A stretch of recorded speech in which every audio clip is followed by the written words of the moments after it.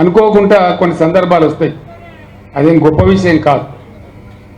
పోయిన ఎన్నికల్లో మనం ఓడిపోయినాం. కారణం ఏంది? సింపుల్ మాట, చాలా సింపుల్. అందులో ఏం లేదు, బ్రహ్మరాశి.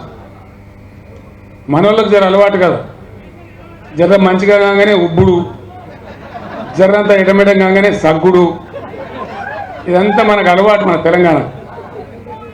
మనం ఇవన్నీ ఏమైపోయింది, నీళ్ళు ఏమైంది, మంచిగా మిషన్ భగీరథ నీళ్ళు వచ్చినాయి, ప్రతి ఇంట్లో నల్ల వచ్చింది, 24 గంటల కరెంట్ వచ్చింది, రైతు బంధు వస్తూనే ఉండే, ఆడిపోతుంది.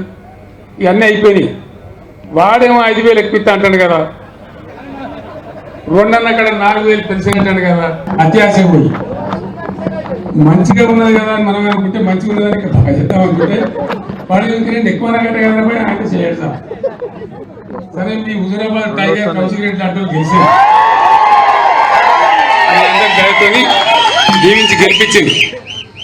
నేను ఇవాళ చెప్తున్నా, కౌశిక్ రెడ్డి మొదలు నా దగ్గరకు వచ్చి పార్టీలో చేరినాడు. నేను చెప్పిన, కౌశిక్ రెడ్డి నువ్వు యువకుడు, నా కొడుకంత వయసుంది నీకు, నీలాంటి వాళ్ళు మంత్రులు కావాలి, కేంద్ర మంత్రులు కావాలి, భవిష్యత్తు నీకు మంచి భవిష్యత్తు ఉంటుంది. నువ్వు ఇవాళ బై ఎలక్షన్కే ఆరాటపడకని చెప్తే ఆయన ఊకున్నాడు, నా మాట మన్నించి. నేను ఎమ్మెల్సీ చేస్తా అని చెప్పిన. అప్పుడు సీన్ను పెట్టుకుని నువ్వు గెలిచి నేను బాగా కొట్లాడిండు. తెలంగాణ ఉద్యమంలో నాతో పాటు ఉండి అనేక సార్లు జైలుకు పోయిండు, కొట్లాడిండు. విద్యార్థి నాయకుడు, ఒక ఉద్యమ నాయకుడిని పెట్టుకుందామని తీసుకొని పెట్టినాం. సరే, దురదృష్టం అప్పుడు గెలవలే.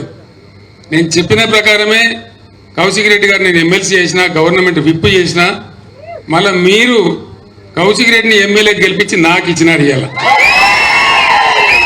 మీ అందరికీ కూడా నేను ధన్యవాదాలు తెలియజేస్తా ఉన్నా. ఈ నియోజకవర్గానికి మీకు డోకా లేదు. ఇది టెంపరీ సెట్ బ్యాక్. రాజకీయాలలో ఉండే వాళ్ళకు ఒక నిబ్బరం, ఒక ఇది ఉండాలి. ఏంది, మేము గెలిస్తేనే లెక్క, లేకపోతే లేదు అని ఎప్పుడు అనుకోవద్దు. ప్రజల కోసం పనిచేయాలి, ప్రజల జీవితంలో ఉండాలనుకున్న వాళ్ళు గెలిచినా ఓడినా ప్రజల కోసం పనిచేస్తూనే ఉండాలి. That is politics.